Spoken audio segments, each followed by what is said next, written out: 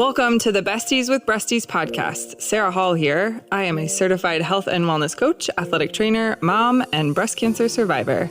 I help women overcome their own mind drama to make mind shifts that open up the possibility for their most empowered and energetic life.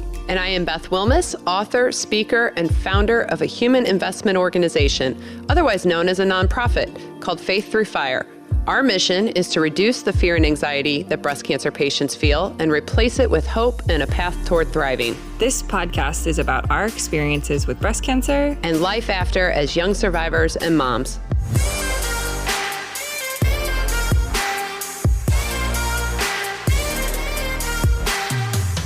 All right. And we're here. Episode number 2 for today. Number two. So today we're going to be talking to a Faith Through Fire member named Michelle. Really glad that I get to share her story because I think it'll resonate with a lot of people listening.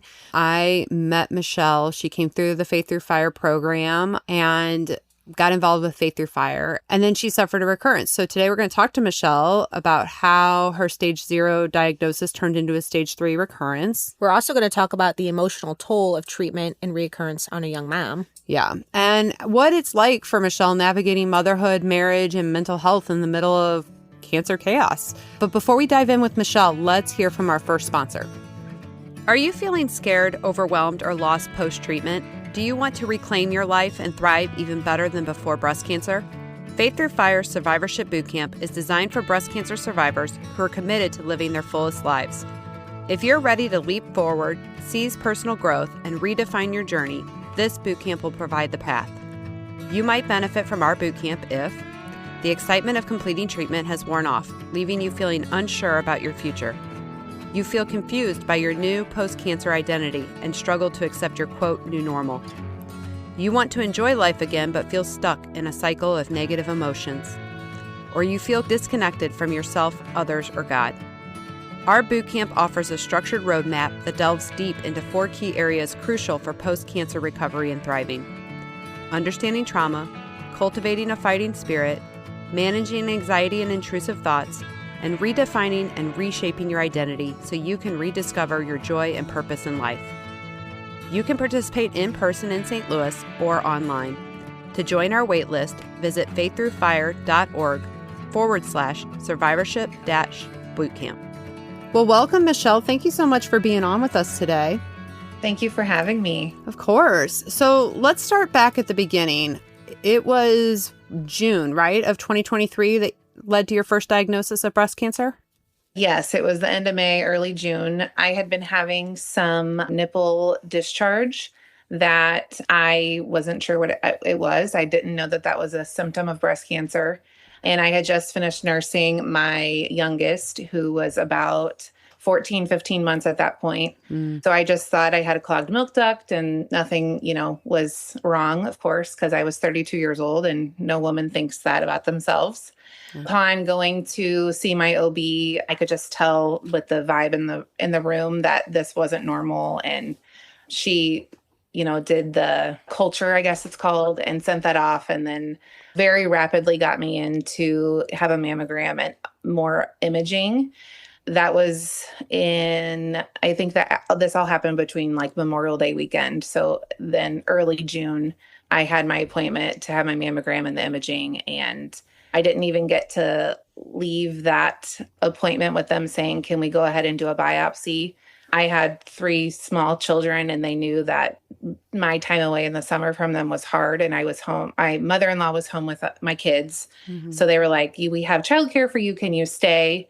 So I said, sure. And then before I even left that day, they had said, this looks like DCIS. We're talking mastectomy with the size of it. So that was a whirlwind day. Wow. So they told you all that while you were there for your mammogram?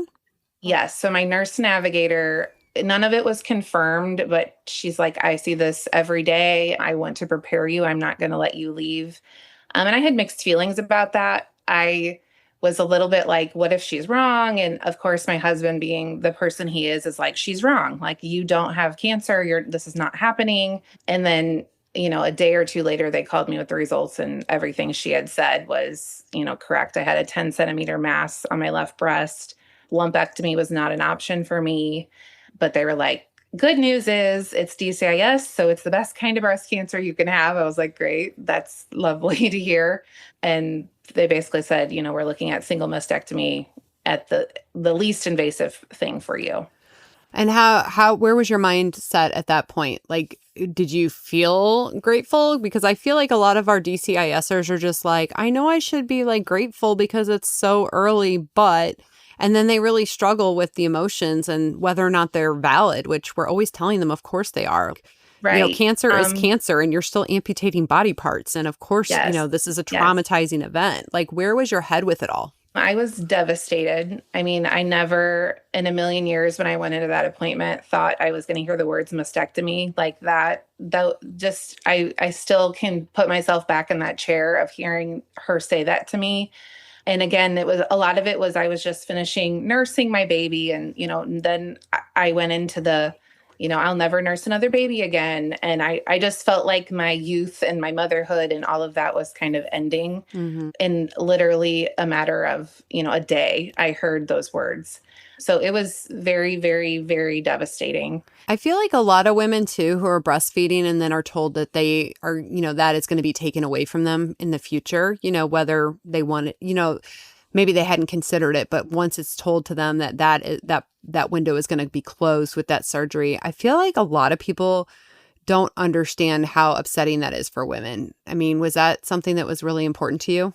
Absolutely. I nursed all 3 of my babies over 12 months. My husband and I felt like we were finished with our family, but we were never going to do anything permanent. So of course, that option was always there. And yeah, the thought that if I do have another baby, like that isn't going to be an option for me, definitely felt horrible and unfair to a young mom, for sure.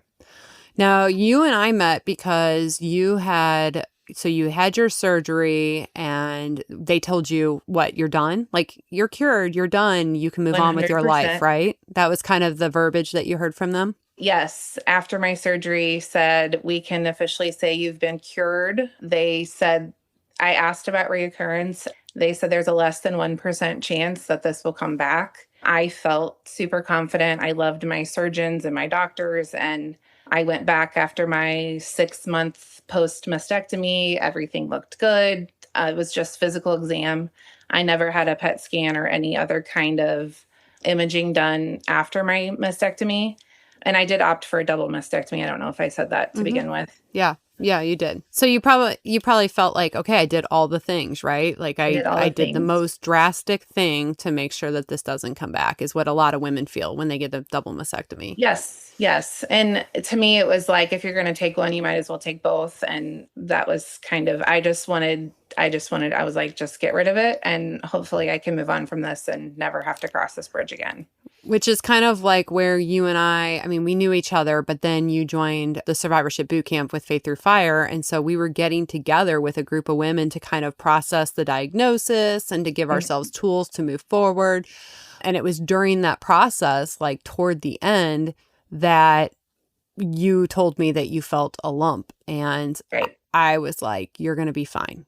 You're going to be fine. This happens a lot. It's, but explain how that felt. Here you are trying to move on and you're in this boot camp to kind of give yourself the tools to be able to do that. And then you feel the lump. Like, what was your first thought? Did you think it wasn't a big deal or were you immediately panicked? Well, I'm not very medical, so I'm a teacher. My sisters are both nurses, very medical. I go to them with all of my questions. My one sister is a nurse practitioner.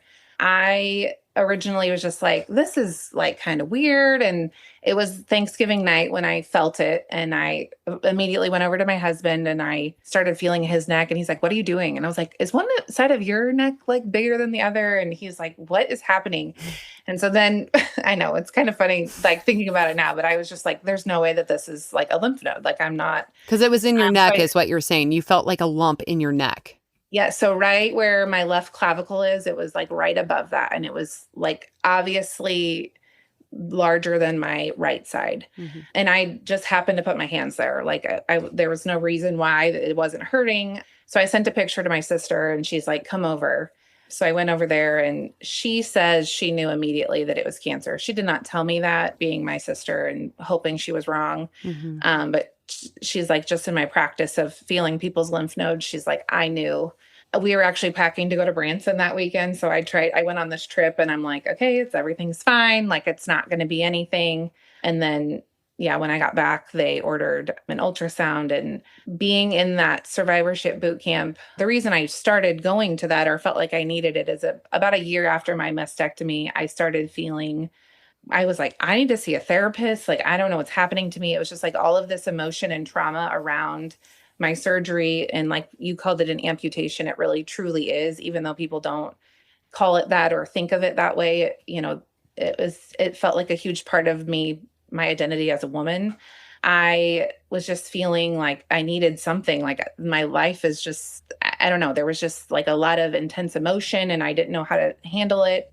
Yeah, we call that the emotional fallout phase. It happens to everybody. Yep. Yes. And it was right around, it was like right around a year, almost exactly, that I went back to work after my summer off and I was just like, what is going on? My therapist, she's like, you're trying to figure out survivorship. Like you have survived this and now you're trying to figure out what to do with all of that. And that was the first time someone had given me that word. And I was like, okay, this makes sense. And then I saw you guys advertising the survivorship boot camp. And I was like, that is what I need. Like that it felt so perfect. And upon going, I was like, it was wonderful. It was everything I needed, the tools. I felt like I was really coming out of it. And then it was bizarre because there was one person in our group who was very concerned about reoccurrence, almost brought it up almost every time we were meeting. And that was like the furthest thing from my mind at that point in my journey. Mm-hmm. And then that ended up being what happened to me. So it was kind of ironic. And I don't know, Beth, if you remember that last session we had, I wasn't going to come because I was like, I can't. I know I have this lump. I know it's probably something. But my mom and my husband both encouraged me to go. And I did. And I just didn't speak. I was there, but I just was like, I can't share because, Mm-hmm. The emotions were that raw. Mm-hmm. Yeah. I remember when that was going on and you had concern about this other participant because she was still so actively traumatized and was so hyper-focused on recurrence. And you were worried about, if I share this, is it going to set her off? And I was like, you don't need to worry about her. Like, this is about you and your experience and what you need. So if you need to talk, you can talk. And if you want to keep quiet, you can keep quiet. But it was definitely heavy. I mean, I could feel it, for you. And I thought it was pretty remarkable that you came to group, when you were coping with that, because it's just a really heavy, difficult situation to be in. And I certainly know you didn't expect to be there. So, but yeah, when you, so explain what happened. You got confirmation how? Okay. Yeah. I wish I would have written some of this down because That's you go okay. through it. And, I'll try to get the best I can. So yeah, I felt the lump. I didn't even have an oncologist. I just had my surgical oncologist from my first surgery. So I had called her and, it was the holiday. It was Thanksgiving. So it was the holiday and everybody, I was just like, oh, this is going to be, fun to try to work around. They got me in and I had an ultrasound first. And of course, they don't really tell you anything, the ultrasound technicians. My mom came with me and God love her. She came home and she tells me this later that she had Googled what reoccurrence lymph node, breast cancer lymph nodes looks like. So she decided that she knew that it was cancer before they had told me. Oh, Dr. Google. Yeah. Well, she wasn't wrong, but yeah. I remember them using the word like necrosis in my results on my chart. Of course, I was reading those before I should have been. And so I felt like I knew that it was, after the ultrasound, then they did a biopsy and then I had results from that. Actually, I was on my way to a funeral. Like, talk about timing. It was horrible. And they confirmed that it was breast cancer reoccurrence and just localized in my neck lymph nodes. So then from there, I had my port placed on January 2nd, and I started chemotherapy on, I think, January 11th was my first treatment. Was it hard to come to terms with having to do chemo when you didn't have to do it the first time? Honestly, well, of course it was hard. Nobody wants to go through chemotherapy. I was really mad because I felt so confident in not having, less than 1% chance of reoccurrence. And how did this happen? And what is our protocol for DCIS? And why did this happen to me when I felt like I already, maybe if I would have just had chemotherapy the first time or done some radiation the first time, and they did tell me there's no way we can get every breast cell when we do a mastectomy. And I was very much confused about why it went to my supraclavicular lymph node instead of my auxiliary lymph nodes in my armpits, because that was always what I thought would happen if I had a reoccurrence. And I still don't really have clarity on, like, they don't really know. They're just like, you're a really unique case. What every patient wants to hear, right? Like, you're special.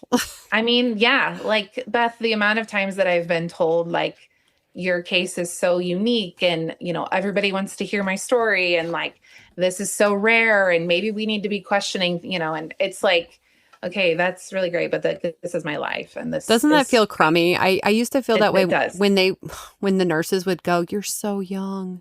Oh my God, you're so young. You have such young kids. I can't believe this happened to you." And I'm like, this is making me feel worse.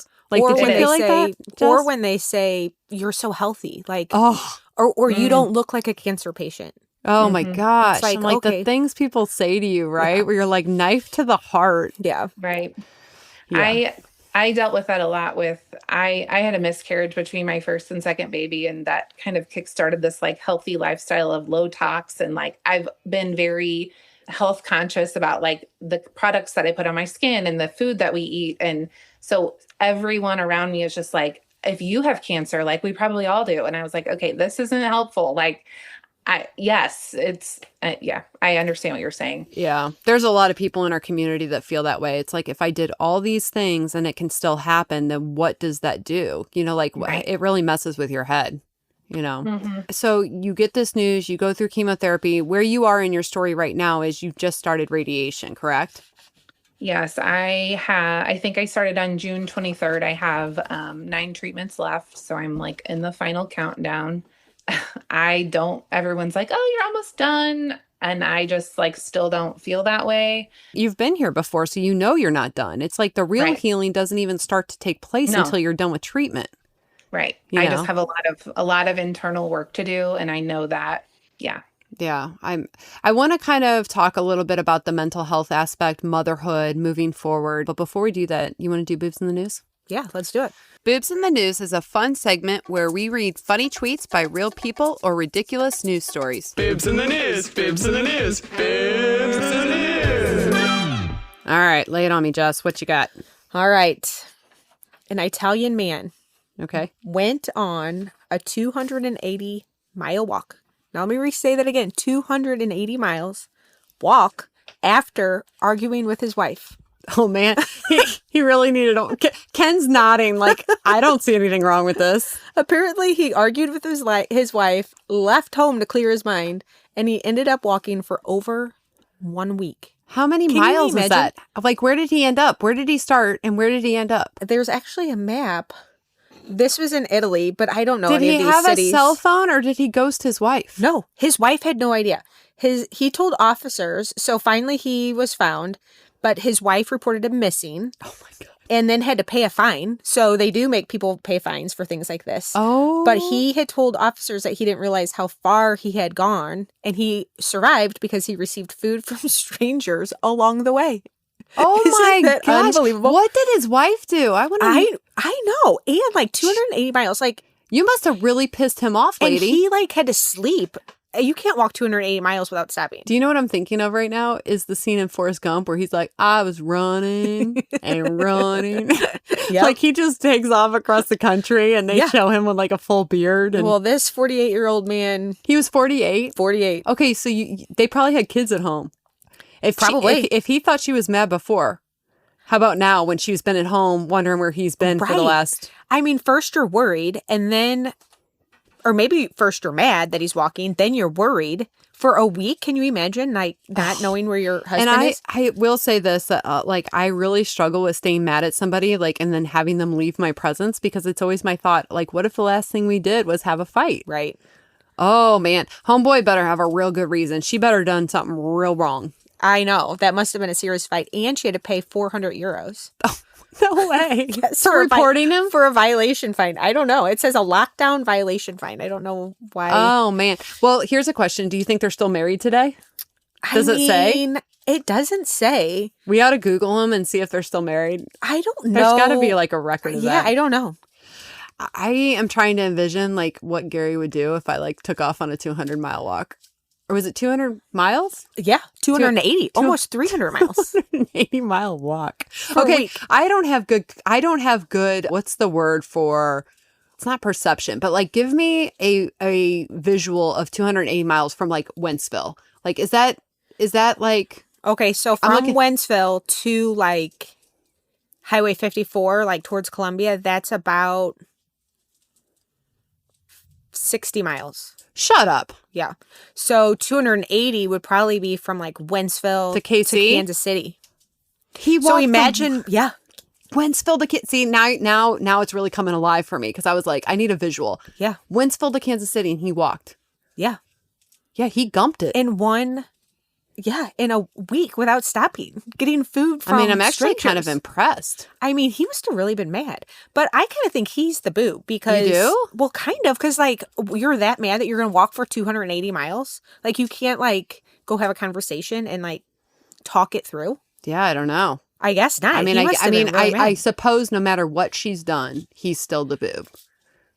But yeah, I mean, I guess there's bad things out there that she could have done, but seriously, I mean, it's like a mental health that's like walk if I ever emotional heard one. distress. He was really distressed if he's walking for that long. Apparently. Oh my God. Okay, dude, you're the boob, but that's impressive. I'm kind of impressed. Yeah. I mean, who has that kind of walking stamina? Not very many people can walk that far without like having injuries. He's also 48 years old. Isn't he employed? I hope he had good tennis shoes on. I know. That's what I'm saying. Like, And what about his job? I didn't even think about the job. Maybe that was what the fight was over. Maybe he was unemployed and his wife's like, get out there and get a job. And he's like, fine, I will. I'm going to go case, you know. I wonder if he got any donations on the way, like monetary donations. I don't know. I think it would be funny if you stopped the guy and you're like, hey, like, what's going on? Like, my wife pissed me off and I'm just walking.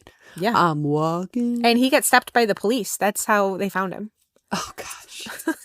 That's unbelievable. Unbelievable. There's your bibs. Bibs in the news, bibs in the news, bibs in the news. And we're back. So you touched on it a little bit, but like the mental side of all this, you know, like you said, I'm going to have a lot of work to do. How do you foresee yourself moving forward after this? What are your biggest worries mentally, you know, after you get done with radiation? Right now, I am seeing a therapist during treatment, and I know I shouldn't compare myself to pre-cancer, or really it wasn't pre-cancer. It was where I was before I had my recurrence. I would love to get back to that place. And right now I just still feel stuck. Like I have all these things that I want to do, and it feels really overwhelming to do any of them. And I was talking to my husband about it, and he's like, you just need to pick one thing. And right now my one thing is that I'm walking every day. Like I'm choosing to exercise my body, and my faith has fallen. I feel like my mental toughness, like I'm feeling very stuck in most aspects of my life. I'm still working through this. And, you know, you mentioned, you know, you're a mom. Yeah, I have 3 young kids. So it's putting on that happy face and getting up every day and just enjoying my summer with them and doing the best I can every single day. But I know like the work is still out there, and but I can't rush it. I have to go through it as it comes. And right now, the thing I'm choosing to focus on is exercising my body every day and feeling good for myself in that way. Yeah, I think that's an amazing, you know, goal. And not only is it good for your body, but it's good for your mind too. I'm sure when you're out walking, you're, you know, processing. I mean, at least that's what I do when I walk. It's like I'm an audiobook girl. Yeah. What are you reading right now? Oh gosh, this is embarrassing. Is it a sex book?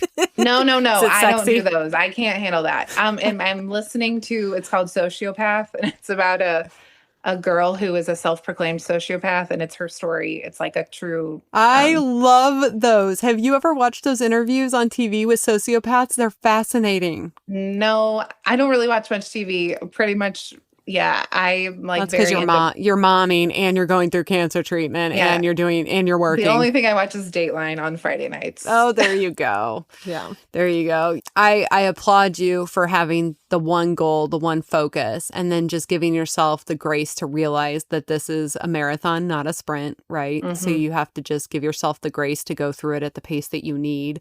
It's so, so hard to mom when your world's falling apart. I cannot say that enough, how hard that is to, like you said, still smile, still try to be present, still try to encourage them when you just want to fall apart and hide under the covers. And, when you have littles at home, you just don't have that luxury. And it's just really, really difficult. So I think you've done, an amazing job with getting handed this lemon. And I think it's great that you're seeing a therapist. I mean, you're doing all the things that you're going to need, the tools in the toolbox, so to speak. Right. What advice would you give any other young moms that are going through recurrence or who are struggling right now? Like, what are your thoughts on that? It does get better. I'm still in the trenches, but I can see the being in this organization of Faith Through Fire and meeting other women that have come out on the other side, just seeing that it will get better and I will get there. And listening to my kids, my 9-year-old says the most just beautiful things. And I really just listen to the simplicity of a child's heart, and she can pull me out of those moments by just her words. So just being present with your kids, even though it's hard, and, explain to them what's happening to you. It's okay for them to see raw and real emotion. I had a friend tell me that, I've talked about crying in front of my kids, and she's like, Michelle, suffering brings us closer to Jesus, and you will never be closer to Jesus than when you're suffering. Think about the suffering that he had for us. And I think about that when I'm in those moments, and just telling my kids, I'm having a hard time and it's okay. And they're going to remember those moments, but they're also going to remember that mom came out of that and she's strong, and I can be strong too. Oh, that's great. Yeah, I think that's great. I agree with you. I think our tendency is to want to shield our kids from suffering. I know that was my tendency before cancer, was to protect them from the hard things in life and to pretend like everything was okay when it wasn't, putting my big girl pants on, so to speak. But I think it's such a gift to show children what it looks like to suffer well. It's not perfect. It's not easy, but it's a part of life. And by doing that, you're giving them permission to suffer when they need to suffer. And I think there's some freedom in that. So we're always teaching our kids, even in the midst of the hardest things. Before we close out, let's hear from our second sponsor. Thrivent is a proud sponsor of Faith Through Fire. Thrivent believes money is a tool and not a goal. The Gateway Financial Group with Thrivent is local to the St. Louis area and can work with you to create a financial strategy that reflects your priorities and helps you protect the things that matter to you, like family and giving back. Please call 314-783-4214 to schedule a free consultation with one of Thrivent's Gateway Financial Advisors.